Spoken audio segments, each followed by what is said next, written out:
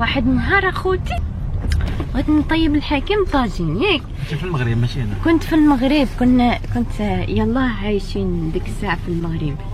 قلت للحكيم انا اول زواج ديالنا انا وحكيم ما كنتش كنطيب نهائيا، يعني اول عام قضيتوها لي بات الدجاج ما طايبش، الكفته خضراء، يعني خرجت على السيد اول عام، فهمتوني؟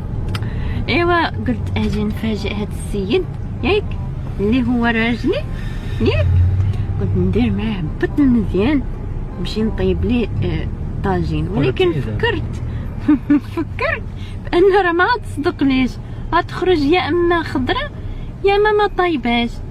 وانا واحد النهار دايزين انا وحكيم من عند مول الطاجين، وانا نشوف في مول الطاجين كنت لا واحد الجزار تيبيع الطواجن. جزار ياك الجزار تيبيع الطواجن، كيبيع الطواجن. طاحت عليا واحد الفكره، واحد البلان طاح ليا، نمشي عند مول الجزار نطلب منه داك الطاجين ونخلصو، فهمتيني؟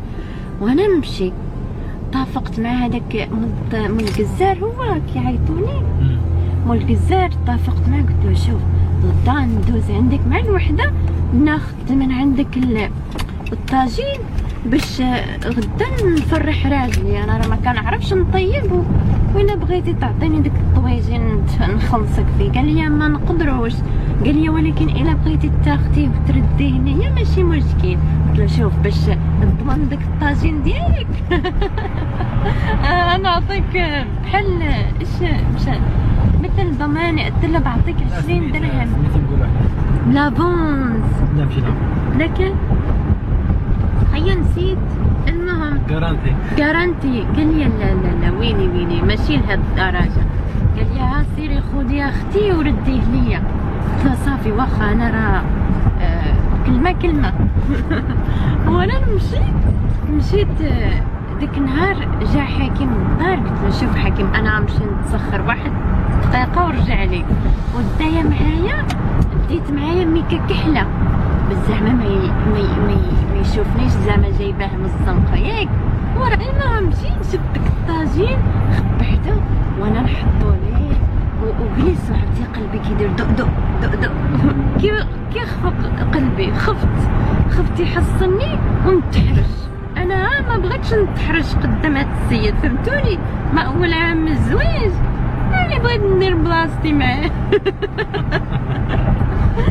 وانا وشنو دار جلس حكيم، ملي جلس قال لي واه انتي طيبتي. حتى شي حد انا طيبتو لك انا ما حتى شي حد ما عاونني. النهار الاول دخل بغش. النهار الاول لا، اول ما تجوزتك والله كنت على نيتي، بعد ما تجوزت السلامه ما بعرف اصلي قوالب صرت بحال حكيم. القوالب لا حرام، ما فيش هادشي، بلا كتب الله حرام. المهم نكمل لكم. جلس وقال لي هادشي بنين وكياكل، وانا كناكل معاه عجبني. انا ما بين لكم عقت بها غير باش تحرجها. حليب انا حيت اصلا هاد البنه تكون عند المغاربه ما نفرقش بين الطاجين ديال الدار والطاجين ديال الزنقه ياك. المهم نكمل لكم. بعد مرور 5 سنوات من زواجنا اعترفت للحاكم، قلت له داك الطاجين ماشي من عندي قلت له راه خديته من عند الجزار وديك الساعه ليش انا لما حكيت لك قلت لي بصح كتكذب عليا ياك؟ باش تحرجك. ما بغيتيش تحرجني، ظريف هاد السيد ياك، الله يعمر هذا.